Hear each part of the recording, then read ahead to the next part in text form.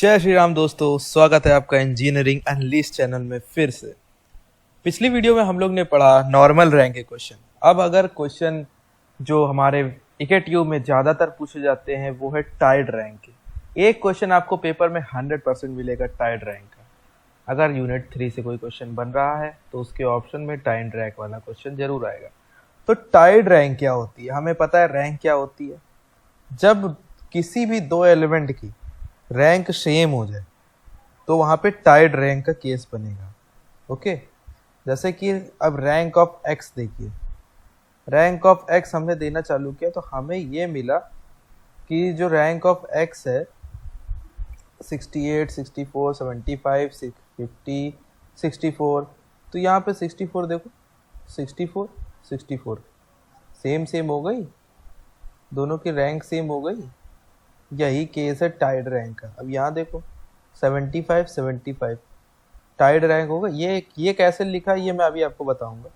ये 2.5 कैसे लिखा है वो पहले आप ये समझ लीजिए टाइड रैंक क्या होती है। ठीक है, मतलब जो सेम ऑब्जर्वेशन सेम आ जाए वहाँ पे रैंक क्लैश करेंगे एक दूसरे को। अब करना क्या है, हमें रैंक देनी है।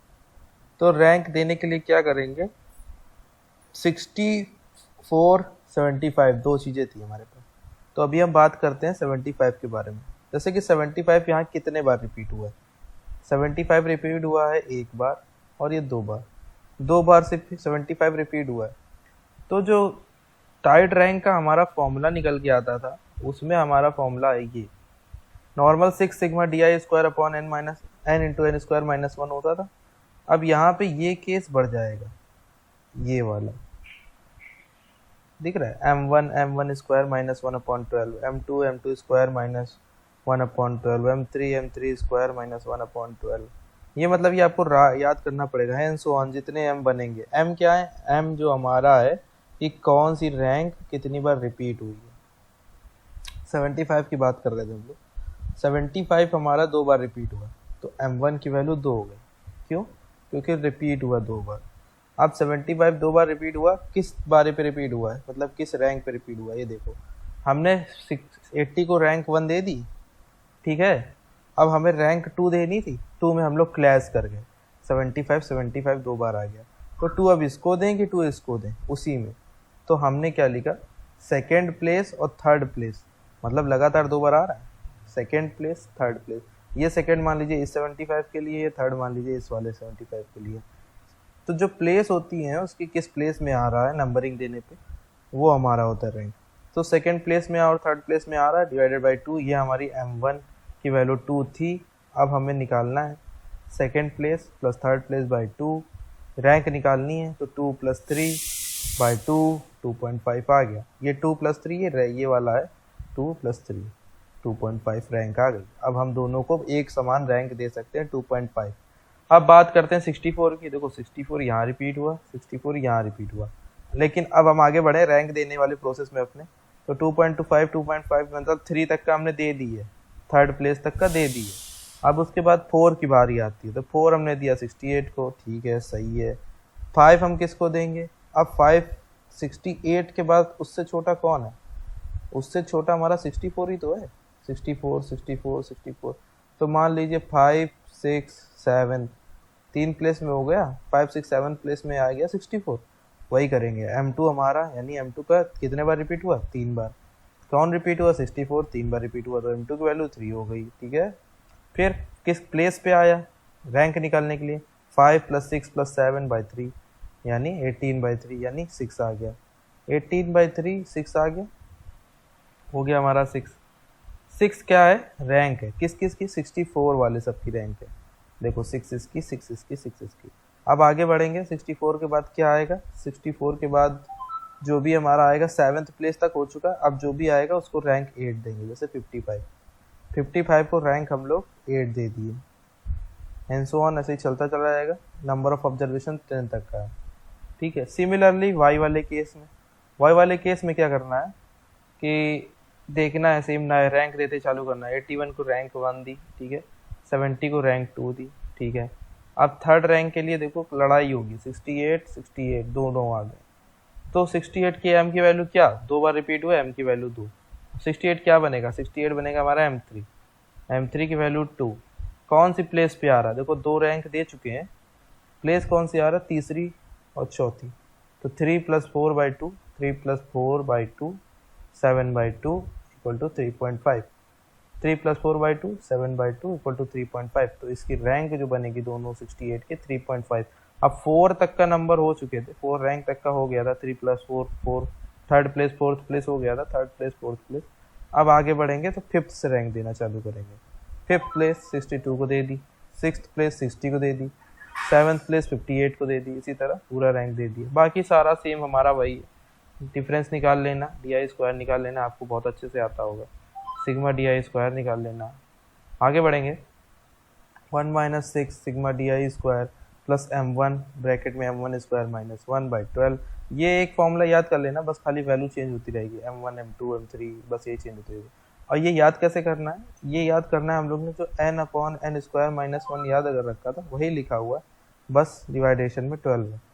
ये जो सिग्मा DI है ये पूरे के साथ है, मतलब पहले पूरा ये सॉल्व करेंगे ब्रैकेट वाला M1 M2 M3, फिर उसमें सिग्मा प्लस करेंगे, ठीक है। और 1 हमारा हमेशा 1 - 6 हमेशा ब्रैकेट से बाहर रहेगा। क्वेश्चन देख के आपको समझ में आ रहा होगा। अब पहले ये सॉल्व किया मैंने, 70 सिग्मा DI² हम लोगों ने लिख रखा था, ये सॉल्व किया, फिर ये सॉल्व किया, फिर ये सॉल्व किया, डिनोमिनेटर 12 हो गया, फिर 12 72 को सॉल्व किया, 72 75 आ गया, पूरा ये सॉल्व करने के बाद 75 आ गया। नीचे हमारा चल ही रहा है 1 - 6 75। अब 6 से पहले मल्टीप्लाई करेंगे, वो अपना बॉड मास वाला रूल, 6 से 75 मल्टीप्लाई कराया, जो भी आया उसको 1 से सब्ट्रैक्ट कर दिया, तो 0.4545 आ रही है। क्या ये रैंक एग्जिस्ट करेगी? हाँ, ये रैंक एग्जिस्ट करेगी। क्यों? क्योंकि ये -1 और 1 के बीच में आ रही है, इसलिए ये एग्जिस्ट करेगी। बहुत इंपॉर्टेंट क्वेश्चन था ये, 10 नंबर में हमेशा आता है।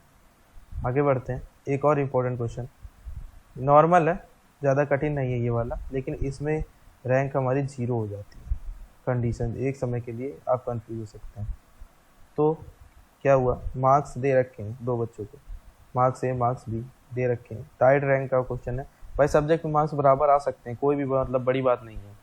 क्या करना है, मार्क्स सेम चीज़, रैंकिंग देना चालू करनी। सबसे ज़्यादा मार्क्स 75 रैंक 1 दिया, 60 रैंक 2 दिया, फिर 60 के बाद कौन आएगा 45 रैंक 3 दिया, फिर उसके बाद कौन आएगा 27 4 दिया, फिर उसके बाद कौन आएगा, उसके बाद देखो 220 है, 5 6 20 की m की वैल्यू क्या होगी, m1 की वैल्यू 2 बार रिपीट हो रहा है, तो m1 की वैल्यू 2, ठीक है। कौन सी प्लेस पे रिपीट हो रहा है रैंक निकालने के लिए, 5 और 6, तो 5 + 6/2 इक्वल टू 11/2, ये हमारा आ गया 5.5।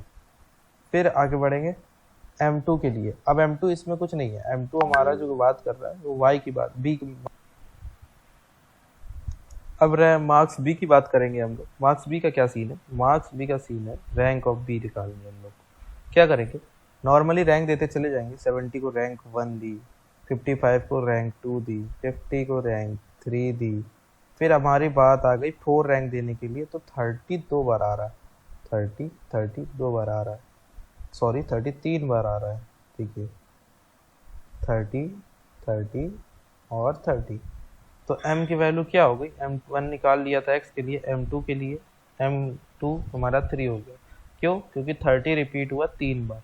कौन सी प्लेस पे 3 तक का रैंक दे रखे थे, 4 5 6 प्लेस पे रिपीट हुआ, तो 4 + 5 + 6 / 3 15/3 5 आ गई।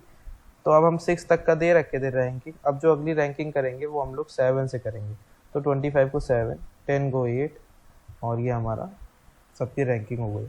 नॉर्मल DI निकाल लेना, दोनों रैंक का सब्ट्रैक्ट करके, उसका DI² निकाल लेना, उसका सिग्मा कर देना, सिग्मा मतलब एडिशन पूरे उसका। आगे बढ़ेंगे, फॉर्मूले में रख देंगे इसको, 1 - 6 sigma DI² plus M1 minus 1/12, M2 minus 1/12।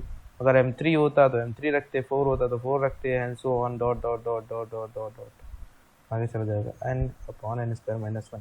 सारी वैल्यू हमारे पास है, सिर्फ फॉर्मूले में पुट करनी है। फॉर्मूले में पुट करने के बाद कैलकुलेशन करेंगे, कैलकुलेशन करने के बाद हमारी रैंक किसी तरीके से 0 आ जाएगी। अब ये बताइए 0 एग्जिस्ट करती है? हाँ भाई, 0 नंबर लाइन में -1 और 0 तभी तो 1 आएगा, तो ये बिल्कुल तो एग्जिस्ट करेगी, ये तो बनी बात है।